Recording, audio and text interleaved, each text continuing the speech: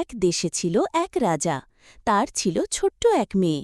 একদিন মেয়েটি খেলছিল, আর খেলতে খেলতে তার সোনার বলটি পাশের এক কুয়োতে পড়ে গেল। মেয়েটি খুব কান্নাকাটি করছিল।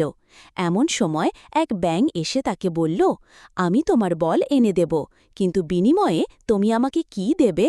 মেয়েটি রাজি হয়ে গেল। ব্যাঙ বল এনে দিল, কিন্তু মেয়েটি কথা রাখল না।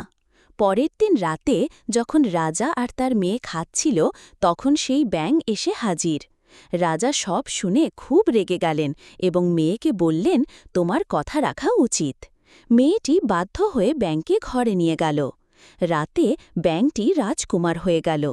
সকালে রাজকুমার চলে গেল, কিন্তু যাওয়ার আগে মেয়েটিকে বলল, যদি তুমি আমাকে সত্যি ভালোবাসো তবে তুমি আমাকে খুঁজে বের করবে। মেয়েটি রাজকুমারকে খুঁজতে বেরিয়ে পড়ল। পথে তার অনেক বিপদ হল, কিন্তু শেষ পর্যন্ত সে রাজকুমারকে খুঁজে পেল। তারা সুখে শান্তিতে বাস করতে লাগল।